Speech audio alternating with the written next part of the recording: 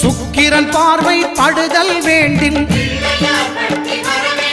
எங்கள் இறைவன் கணபதி இடக்கையின் கீழே சுக்கிரன் பார்வை படுதல் வேண்டின் எங்கள் இறைவன் கணபதி இடக்கையின் கீழே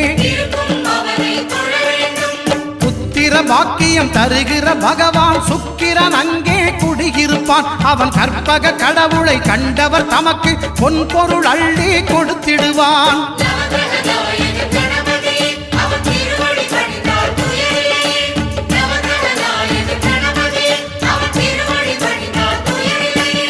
ஒன்பது கோளும் ஒன்றாய் காண